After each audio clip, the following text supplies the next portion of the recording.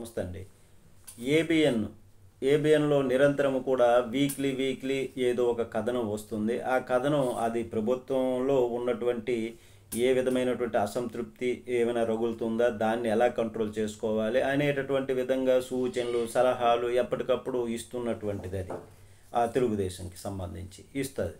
ఇస్తూ అనుక్షణము కూడా దాన్ని బాగోగుల కోసం ప్రయత్నించేటటువంటిది. అయితే ఈ క్రమంలోనే ఇప్పుడు సుపరిపాలన పేరుతో జరిగినటువంటి సభలో ప్రోటోకాల్ ప్రకారము ఎమ్మెల్యేలకు సరిగా గౌరవం ఇవ్వలేదు, అన్యాయం జరిగింది, వాళ్ళని ఎక్కడో కార్పొరేషన్ చైర్మన్ల మధ్యన కూర్చోబెట్టారు, అసంతృప్తి వ్యక్తం చేసినట్టు దీనిపైన అసంతృప్తి వ్యక్తం చేశారు డిప్యూటీ చైర్మన్ రఘురామకృష్ణరాజు గారు. ఈ విషయంపై సీరియస్గా లెటర్ రాస్తానన్నారు కూడా.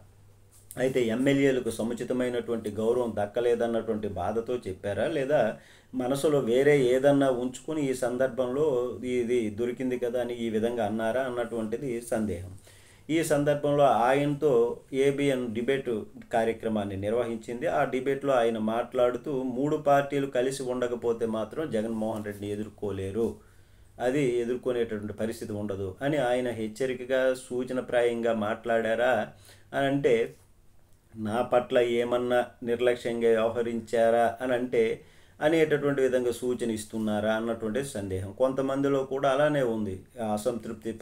పరుస్తున్నారు, అసంతృప్తి పరచకండి, గౌరవాన్ని ఇవ్వండి, గమనించండి అనేటటువంటి విధంగా ఈ మాటలను మనలో పదే ఆయన అంటున్నారు. అలాగే మనలో ఏం తేడా వచ్చినా జగన్మోహన్ రెడ్డిని ఎదుర్కోలేము, 3 పార్టీలు కలిసి ఉన్నంత వరకు జగన్మోహన్ రెడ్డి పైన బలం ఉండొచ్చు, కానీ ఏమైనా ఒకటైనా విడిపోతే బలం తగ్గిపోతుంది, జగన్మోహన్ రెడ్డిది పై చేయి అవుతుంది, ఎదుర్కోవడం కష్టం అనేటటువంటి హెచ్చరిక చేశారా, లేదా సాధారణంగా అన్నది చేశారా అన్నటువంటిది అది కూడా జనంలో ఉంది. జగన్మోహన్ రెడ్డిని ఈ 3 పార్టీలు ఏకంగా లేకపోతే ఇంకా వీళ్ళు కష్టము అనేటటువంటి విధంగా జనంలో కూడా ఆ చర్చ జరుగుతుంది. అయితే ఏబిఎన్ ఆ డిబేట్ నిర్వహించినటువంటి నిరంజన్ కృష్ణ గారు కూడా 3 కలిస్తేనే జగన్ను ఎదుర్కోగలము అన్నటువంటి రఘురామకృష్ణరాజు గారు పదే చెప్పడం, కలిసి ఉండకపోతే ఎదుర్కోవటం కష్టం అంటూ పదే అంటూ, జగన్మోహన్ రెడ్డి సామాన్యుడు కాదు, 40%